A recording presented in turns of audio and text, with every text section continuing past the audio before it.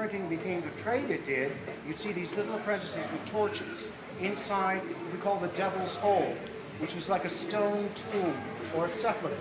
They would go back and forth, then scraping off the soot. Of course, the kids were breathing it in too, but who cared? They were just apprentices. This is before child labor laws in OSHA. Now, I'm being high-tech. I'm using a roller here. This would not be done in Gutenberg's day. They would use these. These are called the ink balls. And literally a guy would be there pounding, spreading out the ink all day long before the printing actually proceeded on. This was the age, even then, of the specialist. He was called the beater. It's a great story about the ink balls I can tell you later on that concerns Benjamin Franklin. It's something pretty odious, but later on. Meanwhile, I'm using the roller, and I always, because I'm an actor, writer, cartoonist, I get to be Benjamin Franklin year-round here at the Printing Museum. You can actually see the reflection of the letters, what I call the Disney effect, on the roller. Isn't that neat? It's the little kicks in life I get that keeps me going.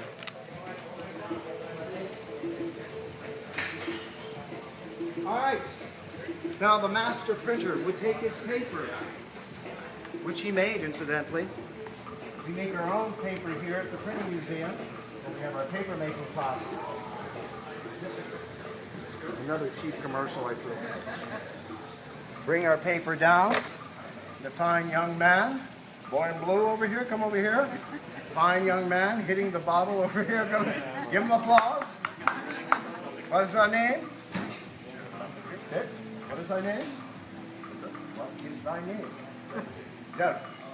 Dirk is a very brave, intelligent person here in Mainz, Germany.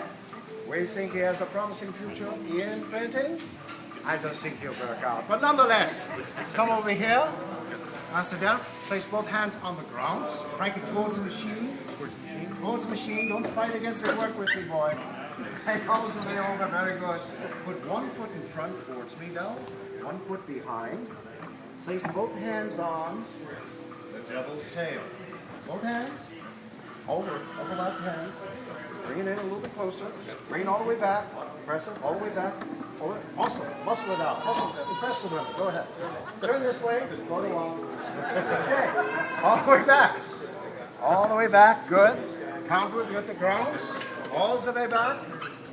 Bring it back. Now stand back. All right. Let's see what happens if it's over-inked or not. Not a bad job. Your first time on the Gutenberg press. Give Joe a round of applause. Oh. They did a nice job. You notice Gutenberg would only print the text.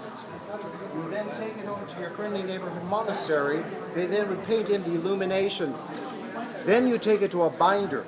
So it's a three-way step that you would take in order to create your book. Now if you notice, it was a fairly big book. This is the actual size of a Gutenberg Bible page.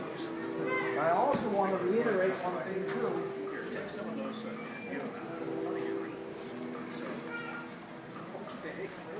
We were at an antiquarian book fair, and there was one printed page,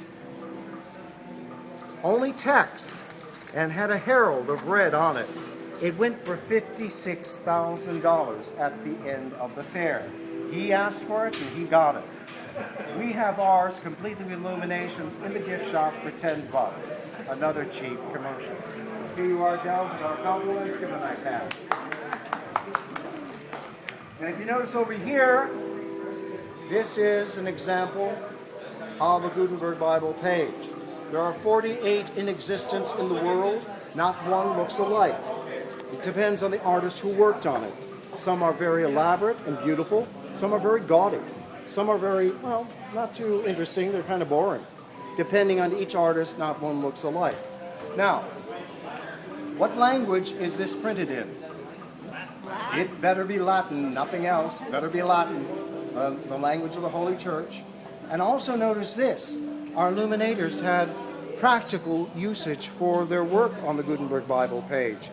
They also would dramatize and illustrate what had happened previously before in the story, or what was happening now, or was foreshadowing what was happening in the near future. Also, they were used for a practical purpose. Printers are only human. They would make mistakes. So, it was up to the illuminator to point out the revision or the correction on the page. By maybe painting in a tree with a little nightingale, pointing out where that correction or revision was. So every time you turned your page, aha, there was a nightingale telling you that's where the revision was. Also, because I'm an actor, writer, cartoonist, I enjoy this little bit of tidbit information. Often the illuminators would put inside jokes about the bishop or the pope or whatever that have been lost over the centuries, but cartoonists have been so irreverent ever since day one.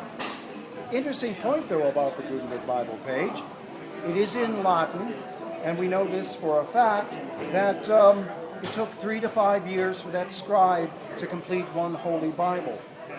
5 years pass. How many Bibles does Gutenberg create?